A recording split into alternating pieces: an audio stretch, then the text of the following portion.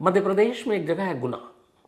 इस गुना में last week एक पंचायत बैठी, भरी पंचायत, सैकड़ों लोग, और उस पंचायत के बीचों बीच एक महिला बैठी। पंचायत शुरू हुई, एक मुकदमा चला उस पंचायत में, मतलब कोई पुलिस, कोई जज, कुछ नहीं, पंचायत।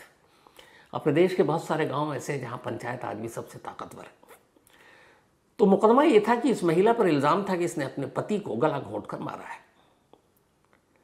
पंचायत बैठी, पूछा गया महिला से, काफी तरफ से लोगों ने अपनी अपनी बातें रखी और आखिरकार उस महिला ने पंचायत के आगे, आप तो दबाव में या जिसमें भी कहें आप, उसने कहा हाँ, मैंने अपने पति की गला घोंटकर हत्या कर दी थी क्योंकि वो बीमार था और लगातार उसकी बीमारी से मैं तंग आ गई थी। ये उस पंचायत के दौरान की बातचीत है।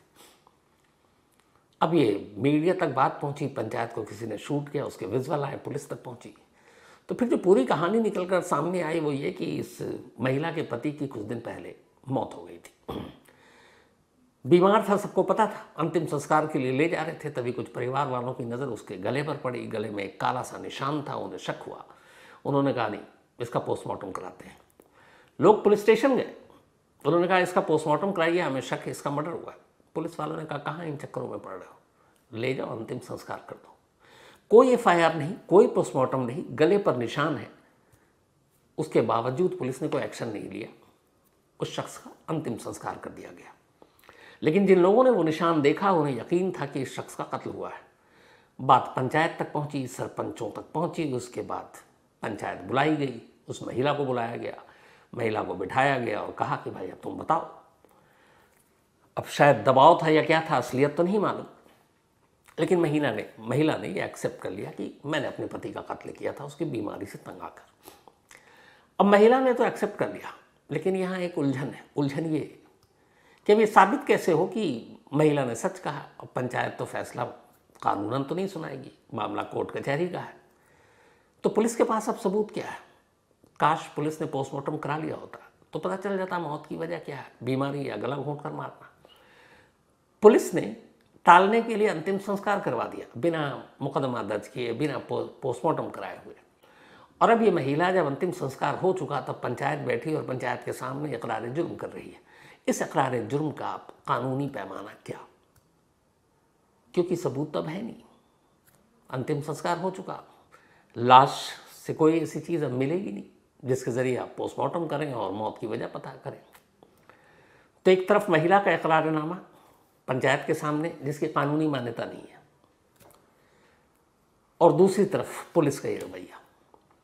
21वीं सदी में मध्य प्रदेश के गुना जैसे इलाके में एक पंचायत इस तरह से बैठती है और एक मुकदमा, कत्ल का मुकदमा सुनती है, जिस मुकदमे को पुलिस ठुकरा चुकी, जिसमें कोई एफआईआर दर्ज नहीं, कोई पोस्टमार्टम नहीं, कोई मर्डर का केस नहीं, लेकिन पंचायत उसको टेक ओवर करती है। अब सच क्या है, झूठ क्या है, महिला ने दबाव में एक्सेप्ट किया या वाकई उसकी मौत नहीं कत्ल है, ये सारे रहस्य अब गायब, क्योंकि अब पता चल ही नहीं सकता, बॉडी है नहीं। तो ये तो रही 21वीं सदी के इस पंचायत की कहानी।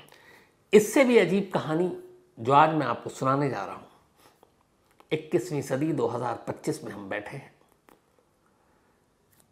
हम चांद सितारों तक पहुँच रहे हैं, टेक्नोलॉजी में क्या क्या तरक्की हो रही है, लेकिन आज भी ऐसा लगता है कि कई चीज़ें जब ऐसी होती हैं तो लगता है हम कई 100 बरस पुराने के दौर जो साल होते हैं उसी में जी रहे हैं। क्या कोई यकीन करेगा कि 2025 21वीं सदी में एक दादा अपने पोते की बलि दे, और बलि भी यूं ही नहीं, मंत्र पढ़ पढ़ कर काली माता के सामने पूरे रस्म रिवाज के साथ। लेकिन ऐसा हुआ 21वीं सदी में यूपी के प्रयागराज में एक दादा ने अपने पोते, जो 11वीं क्लास का स्टूडेंट था, बेहद मासूम सुंदर दिखता बच्चा, और दादा ने उसकी बलि दे दी काली माता के सामने पूरे मंत्रोच्चारण के दौरान। सोच से भी परे की चीज़ है कि आज के दौर में ये मुमकिन है, लेकिन क्या करें, सच्चाई है, सारे सबूत हैं, तस्वीरें हैं। तो पूरी कहानी कुछ यूं है इस 21वीं सदी के सबसे अजीब और गरीब क्राइम की, कि इसी महीने की 26 अगस्त की बात थी, पिछले महीने, आज से तो 1 सितंबर शुरू हो गया। 17 साल का पीयूष 11th क्लास में पढ़ाई कर रहा था। ठीक ठाक उसकी ज़िंदगी चल रही थी। पिता थे नहीं, माँ थी, पाल रही थी। और रोज़ाना वो सुबह स्कूल के लिए घर से निकलता 8 बजे और 2:30 बजे घर से लौट आता जब स्कूल की छुट्टी होती। 26 अगस्त को भी सुबह 8 बजे वो घर से निकला, लेकिन घर वापस नहीं लौटा। 2:30 से 3, 3 से 4, 4 से 5 शाम हो गई, लेकिन 17 साल के पीयूष का कोई सुराग नहीं मिला। परेशान घर वाले, चूंकि इससे पहले कभी हुआ नहीं, फौरन भागते हैं पुलिस स्टेशन। पुलिस में जाकर रिपोर्ट लिखाते हैं कि उनका बच्चा गायब है। पुलिस वाले फौरन एक्शन में आते हैं। पुलिस की टीमें बनाई जाती हैं। अब सबसे पहले पुलिस स्कूल पहुंचती है। जो भी टीचर थे, जो उसके सहपाठी थे, स्टूडेंट्स थे, उन सबसे पूछताछ होती है। पहली चीज़ पुलिस को जो चौंकाती है वो ये पता चलता है कि 26 अगस्त को पीयूष स्कूल आया ही नहीं, जबकि पीयूष कभी भी स्कूल एब्सेंट नहीं करता था। वो एक सिंसियर होनहार बच्चा था।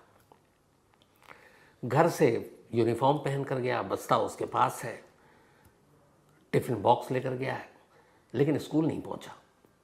अब पुलिस वालों को लगा कुछ तो गड़बड़ है। अब पुलिस ने उस स्कूल की इर्द गिर्द जितने भी हैं करीब 200 सीसीटीवी कैमरों को खंगालना शुरू कर दिया।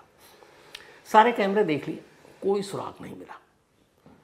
पीयूष के पास, चूंकि 17 साल 11th क्लास और 11th क्लास स्कूलों में मोबाइल बैन, तो कोई मोबाइल भी नहीं था जिसके ज़रिए उसका लोकेशन पता किया जा सकता। पुलिस तलाश करती रही, कोई सुराग नहीं मिला। अब 27 अगस्त की तारीख आ गई, नेक्स्ट डे। 27 अगस्त को पुलिस पूरे गांव में, गांव के आसपास, स्कूल के इर्द गिर्द कई किलोमीटर के दायरे में सर्च ऑपरेशन भी चला रही है, लोगों से पूछताछ भी कर रही है, पीयूष की तस्वीर दिखाकर उसके बारे में जानकारी भी हासिल कर रही है, लेकिन पीयूष का कोई सुराग नहीं मिल रहा। तभी एक महिला पुलिस के सामने आती है और वो कहती है, साहब 26 अगस्त की शाम को, बल्कि देर शाम हो गई थी, मैंने एक शख्स को फलाने एरिया में, हाथ में उसके पॉलीथिन था बड़ा सा, और वहाँ कुछ फेंकते हुए देखा है। जंगल है, उसके करीब में नाला है वहाँ पर। और वो बड़ा अजीब लगा, क्योंकि गांव में इस तरह का मंजर कभी देखने को मिलता नहीं है। अब उस महिला को हुलिया वुलिया पता नहीं, उसने कहा अंधेरा भी हो रहा था, मैंने चेहरा ठीक से देखा नहीं, लेकिन हाँ उसके हाथ में पॉलीथिन और वो कुछ फेंक रहा है। पुलिस को लगा कुछ तो गड़बड़ है। अब पुलिस उस महिला के बताए हुए जगह पर पहुंचती है, वहाँ तलाशी लेती है। जब तलाशी लेती है तो वहाँ से 2 इंसानी पैर मिलते हैं। अब जैसे ही पैर मिले, पुलिस को लगा कि महिला ने तो सच कहा।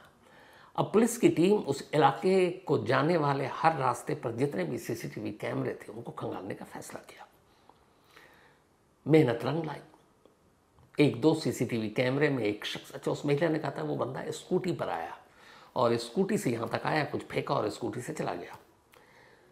तो अब 1-2 कैमरे में सेम टाइमिंग, वही लोकेशन, उस तरफ एक स्कूटी जा रही है और फिर आ रही है, जो महिला ने टाइम बताया उससे मैच कर रहा है। पुलिस ने उस स्कूटी के जरिए स्कूटी सवार का चेहरा जूम करके पहचानने की कोशिश की। चेहरा क्लियर हो गया। अब पुलिस को लगा कि ये शख्स कौन हो सकता है और इस बच्चे से क्या दुश्मनी। अभी तक ये बताया नहीं किसी से कि इस बच्चे के 2 पैर मिले हैं, इसका मतलब ये क्लियर था कि अब बच्चा इस दुनिया में तो है नहीं। लेकिन वो यूनिफॉर्म के साथ था, स्कूल यूनिफॉर्म, पुलिस समझ चुकी थी। खैर, पुलिस अब पीयूष के घर वालों को बुलाती है और बुलाने के बाद सीसीटीवी कैमरे में कैद उस स्कूटी सवार का चेहरा दिखाती है और पूछती है कि क्या आप इन्हें जानते हैं। उस तस्वीर को देखते ही अचानक पीयूष के घर वाले चौंक उठते हैं। कहते हैं हाँ, इनका नाम सरन सिंह है और ये पीयूष के दादा हैं, चचेरे दादा। पुलिस को कुछ समझ में नहीं आया, एक दादा अपने पोते का पैर काटकर जंगल में क्यों फेंकेगा। खैर, नाम और पता मिल गया। पता चला उसी गांव से दूर दादा रहते हैं। अब 28 अगस्त की बात थी। पुलिस पहुंचती है घर के बाहर वही स्कूटी मिल जाती है। अब पुलिस सरन सिंह को पूछताछ के लिए ले जाती है अपने साथ। जब सरन सिंह को पूछताछ के लिए ले जाती है तो उतनी देर में कुछ पुलिस की टीम उनके घर की तलाशी लेती है। जब पुलिस वाले घर के अंदर पहुंचते हैं तो बाकी गांव के तमाम घरों से अलग एक कमरे में एक अजीब तस्वीर उन्हें दिखाई देती है। एक कमरे के अंदर एक काली माँ की मूर्ति है, वहाँ पूजा की बहुत सारी सामग्री रखी है, और उस कमरे में बाकी घर और घर के बाहरी इलाकों के बनिस्बत मुकाबले बहुत ज़्यादा तेज़ इत्र की खुशबू आ रही थी और धूप बत्ती की। पहले पुलिस को लगा कि पूजा पाठ किया है तो धूप बत्ती है, लेकिन धूप बत्ती के साथ एक अजीब सी इत्र की खुशबू आ रही थी, और ऐसा लगा था जैसे इत्र बिल्कुल बहा दिया गया इस कमरे में। पुलिस ने खैर फॉरेंसिक टीम बुलाई, कमरे की पूरी तलाशी ली गई। अब उधर दूसरी टीम शरण सिंह से पूछताछ कर रही है। थोड़ी देर में शरण सिंह ने सब कुछ उगल दिया। शरण सिंह ने जो कहानी सुनाई वो 21वीं सदी में ऐसा हो सकता है, ये हम सबको एक बार फिर से मतलब सोच कर ही बेचैन भी कर देता है कि कहाँ ये जादू टोना, तंत्र मंत्र, अंधविश्वास, बलि इंसानों की पुराने दौर होते 500,000 साल समझ में आता है। आज के इस दौर में, वो भी प्रयागराज, जहाँ भी कुछ वक्त पहले महाकुंभ हुआ है, करोड़ों लोग आए थे वहाँ पर, और उसी प्रयागराज में एक दादा अपने पोते को अपने हाथ से मार रहा है बलि के नाम पर। कैसे मुमकिन है और क्यों? सबसे बड़ा सवाल पुलिस के सामने ये था, क्यों? अब पुलिस ने शरण सिंह से पूछताछ शुरू की। तो पहले तो शरण सिंह से पूछा गया, भाई वो 2 पैर मिले, बाकी कहाँ?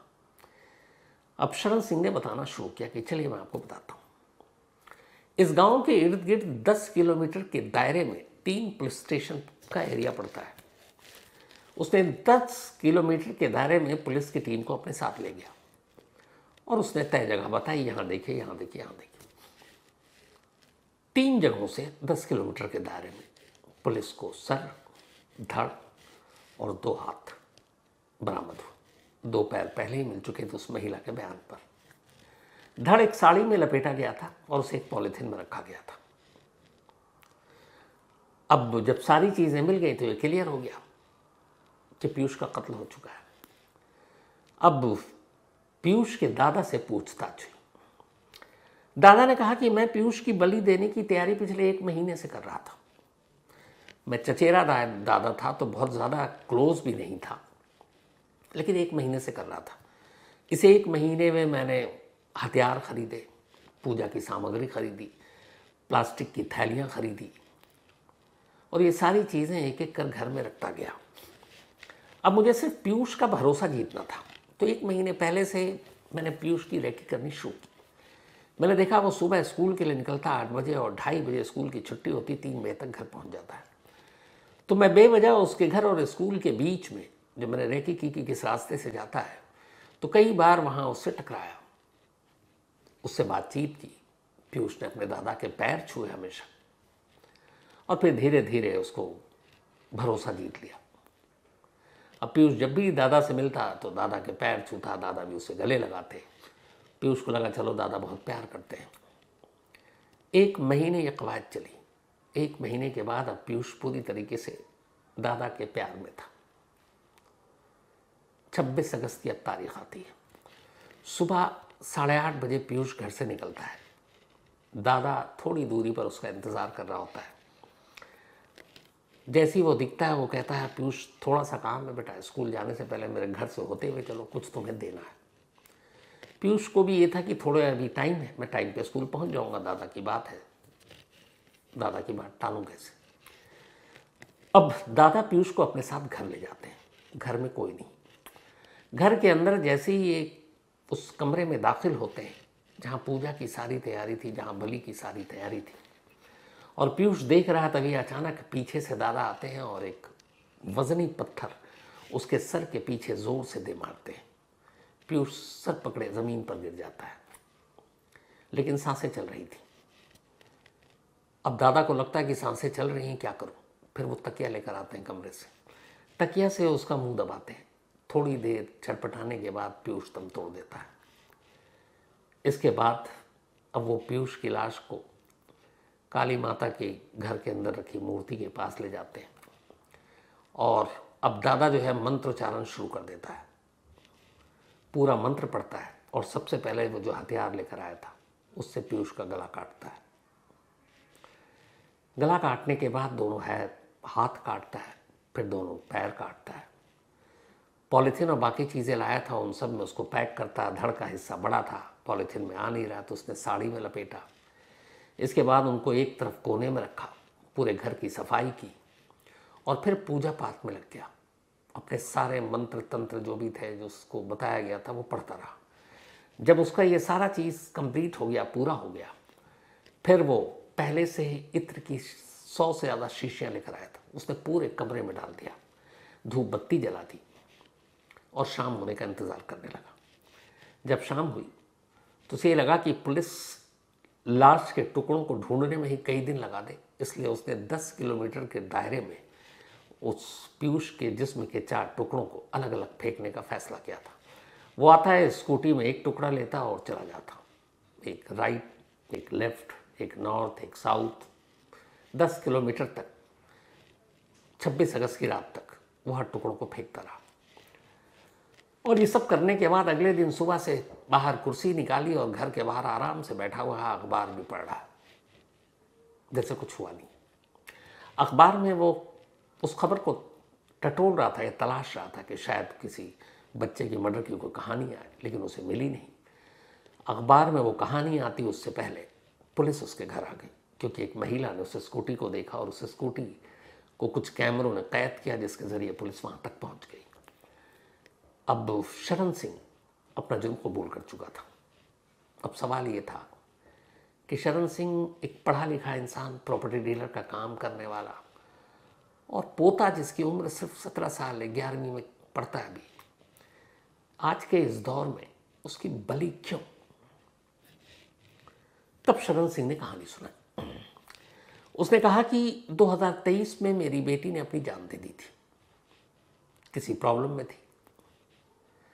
मैं उसके सदमे से मौत के भी उबरा भी नहीं था कि 2024 में उसने कहा मेरे बेटे ने भी अपनी जान दे दी, यमुना पुल के नीचे कूद गया। बोला मेरे बेटे और बेटी की मौत ने मुझे अंदर से तोड़ दिया, घर में सब कुछ बिखर गया। तभी मेरी ज़िंदगी में एक तांत्रिक आया। मैंने तांत्रिक से पूछा कि मेरा सब कुछ ठीक था, फिर मेरे घर में ये अचानक इतना बड़ा पहाड़ क्यों टूटा? मेरे बेटे और फिर बेटी साल भर के अंदर दोनों की मौत क्यों हो गई? तब उस तांत्रिक ने कहा कि जो तुम्हारी भाभी है, यानी पीयूष की दादी,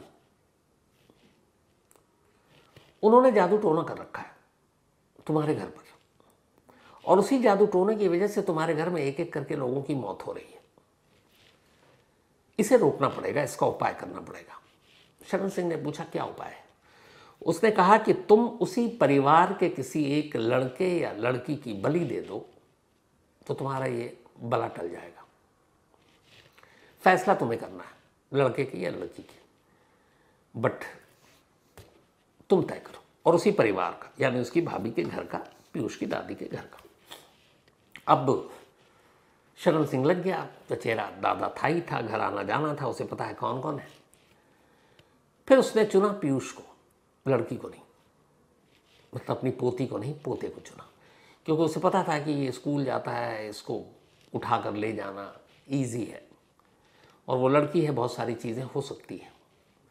फिर इसने 1 महीने तक रेकी की। इस दौरान में उसने सारी पूजा सामग्री के सामान खरीदे। तांत्रिक ने उसे तंत्र मंत्र की सारी क्रियाएं बताई, उसे बताया कि घर में लाने के बाद क्या क्या करना है, कैसे बलि देनी है, बलि देने के बाद क्या करना है, ये सारी चीज़ें बताई। और उसी अंधविश्वास में, चूँकि घर में 2 मौत हो चुकी थी, बाकी मौत ना हो, और ये था कि भाभी ने तंत्र मंत्र कर रखा है, जादू टोना कर रखा है, 11वीं क्लास में पढ़ने वाले एक 17 साल के मासूम की बलि ले ली। शरण सिंह तो पकड़ा गया, लेकिन वो तांत्रिक जो इन सारी साजिशों के पीछे, जिससे शरण सिंह के दिमाग में ये बात डाली, ये बलि की बात डाली, वो भाग गया। अब प्रयागराज की एक पुलिस जोरों शोर से उस तांत्रिक की तलाश में जुटी हुई है। अब जब तांत्रिक सामने आएगा तो उससे यही पूछा जाएगा कि तुम ये बताओ कि बलि देने से कोई समस्या कैसे हल हो सकता है, और इंसान की बलि। सोचकर अजीब लगता है, जब से ये कहानी आए बार बार सोचता हूँ और फिर सोचता हूँ उस मासूम की क्या गलती है। चेहरे पे इतनी उसके नूर है, मुस्कुराहट है, मासूम है, और अपने ही दादा के हाथों बलि का शिकार हो गया। क्या कहिएगा इसको? मतलब सोच से परे की चीज़। खैर, इस अफसोसनाक कहानी में आज इतना ही है।